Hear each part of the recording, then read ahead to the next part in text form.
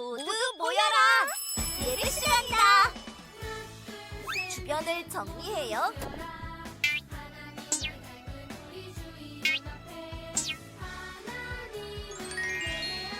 성경책을 준비해요. 헌금을 준비해요. 핸드폰을 꺼요. 바른 태도로 예배해요.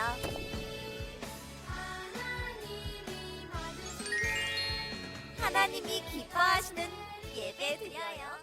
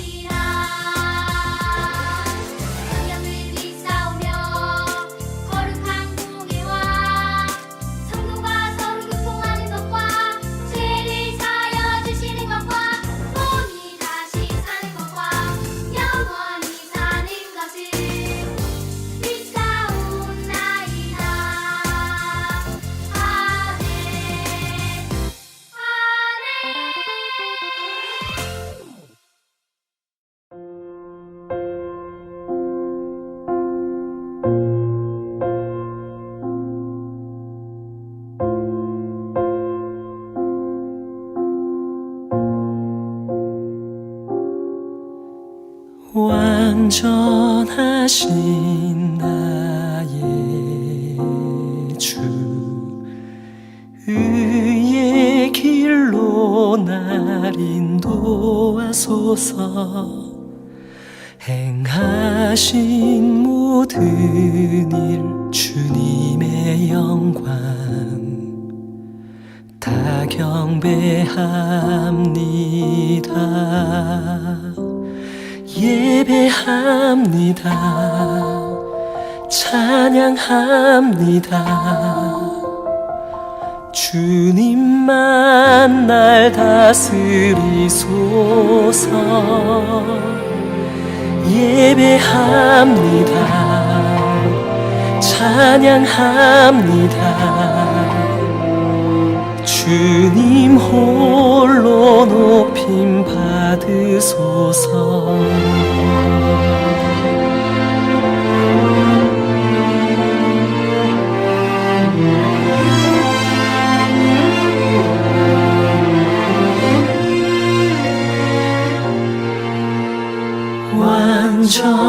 완전하신 나의 주 의의 길로 날 인도하소서. 행하신 모든 주님의 영광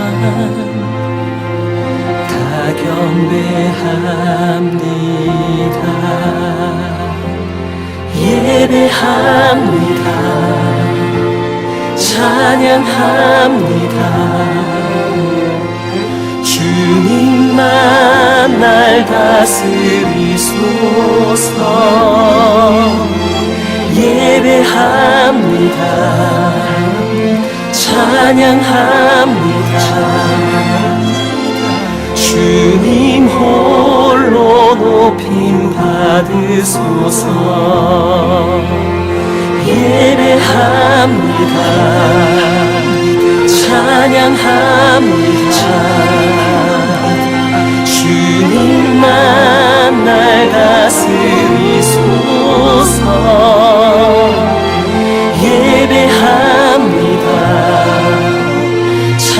찬양합니다. 주님 홀로 높임 받으소서. 주님 홀로 높임 받으소서.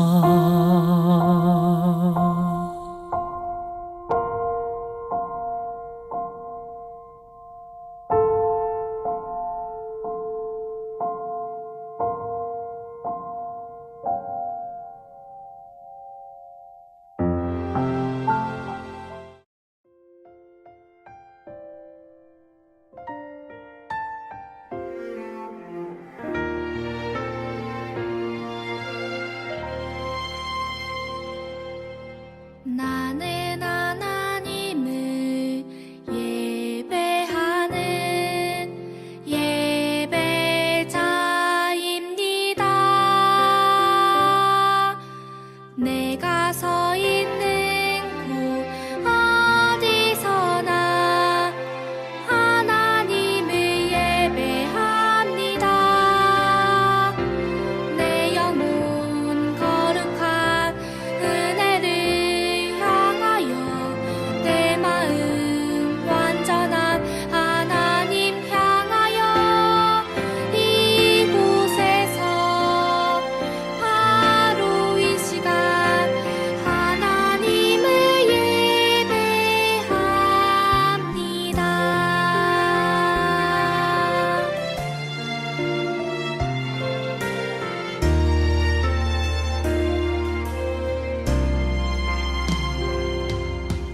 나는 하나님을 예배하는 예배자입니다.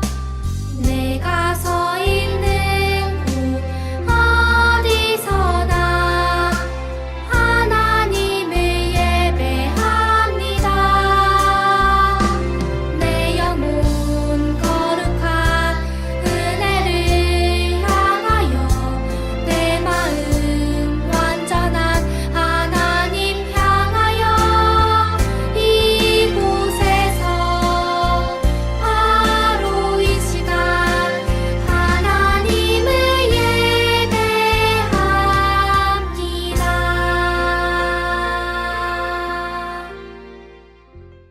안녕 친구들, 현진 전도사님이에요. 여러분 오늘도 있는 그 자리에서 하나님을 기쁜 마음으로 예배드리는 친구들 되면 좋겠습니다. 우리 오늘 함께 읽을 말씀은 에베소서 1장 3절에서 7절 말씀입니다. 우리 함께 한 목소리로 읽겠습니다.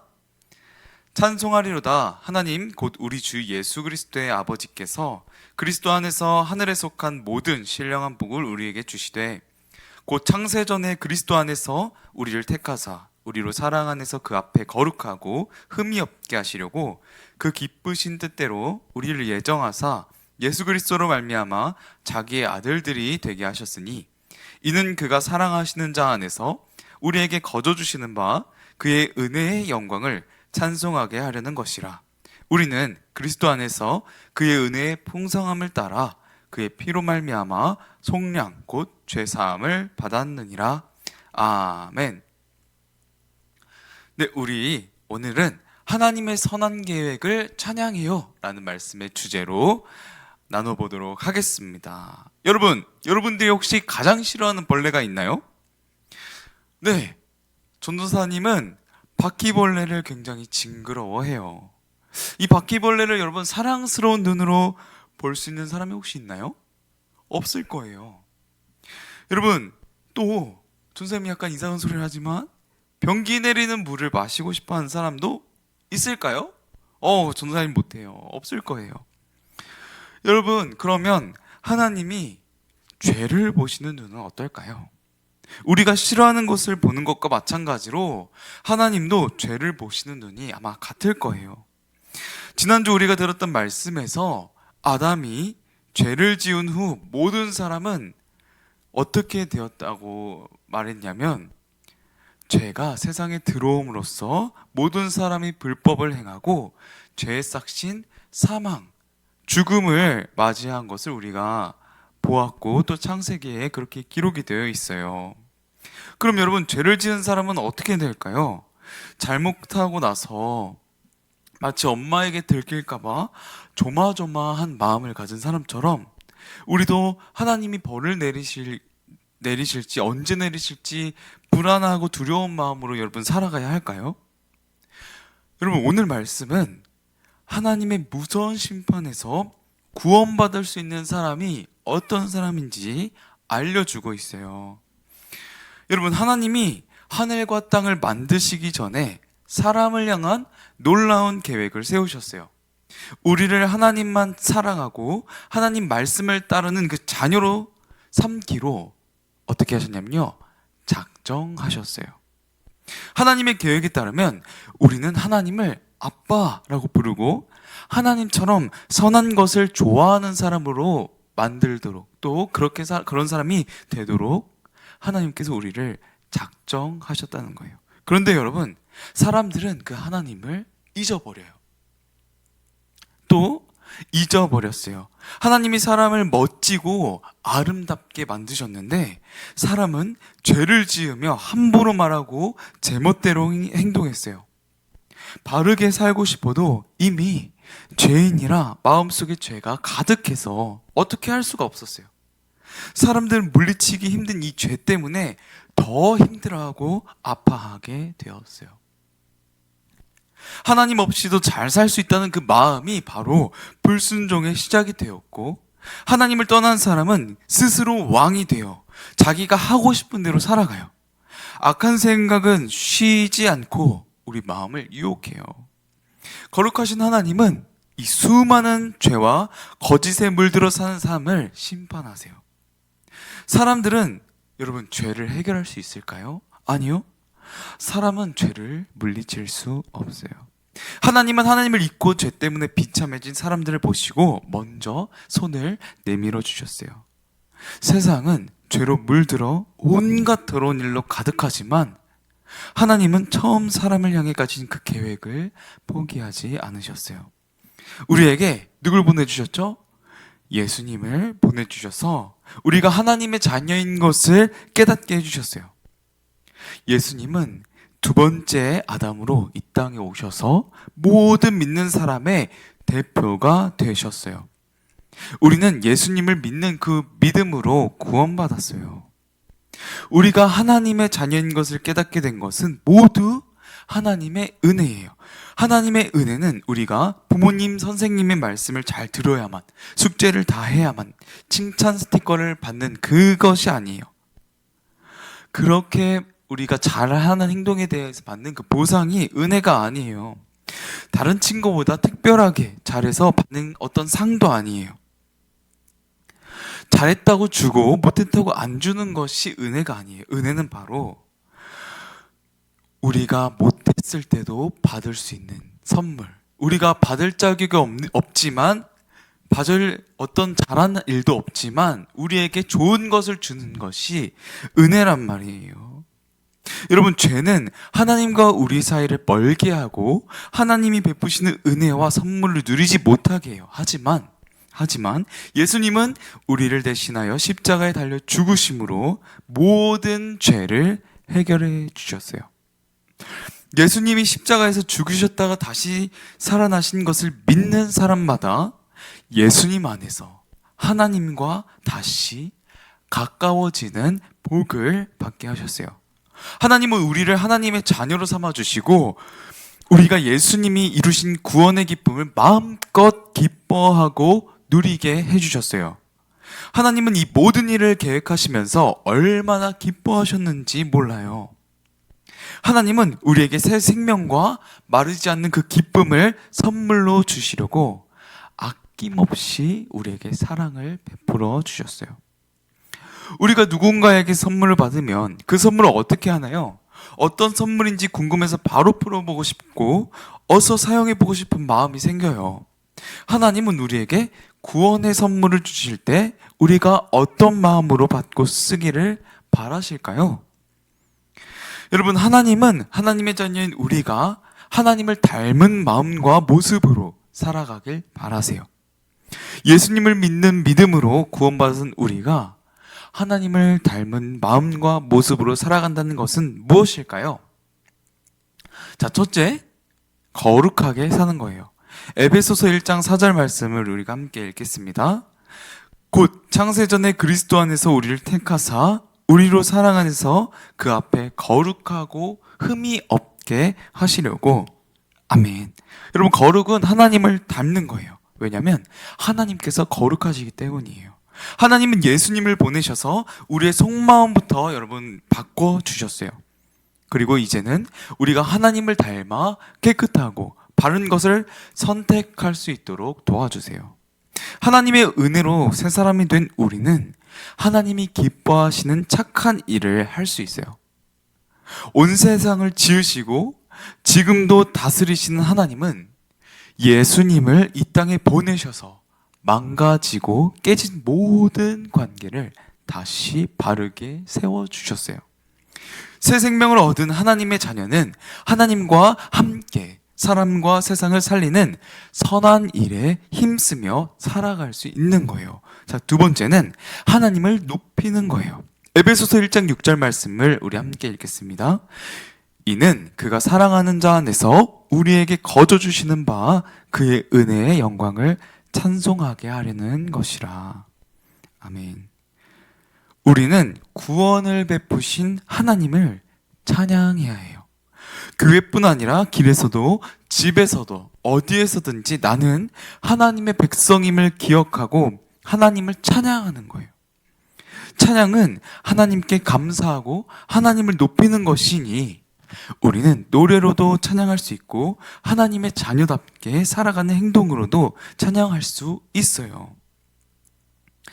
여러분, 하나님은 하나님을 닮은 존재로 우리를 지으셨어요. 그런데 여러분, 사람은 하나님의 말씀을 따르지 않고 자기 마음대로 살았어요. 사랑이 많으신 하나님은 사람들이 벌을 받게 두실 수가 없었어요. 그래서 예수 그리스도 안에서 우리를 하나님의 자녀로 선택해 주셨어요. 언제부터 선택해 주셨을까요? 하나님께서 예수님을 이 땅에 보내신 그 순간부터? 아니요. 하나님께서는 우리를 택하심이 언제부터라고 말씀하냐면 영원전부터라고 기록되어 있어요. 하나님은 영원전부터 우리를 구원하시겠다는 그 약속을 해주신 거예요.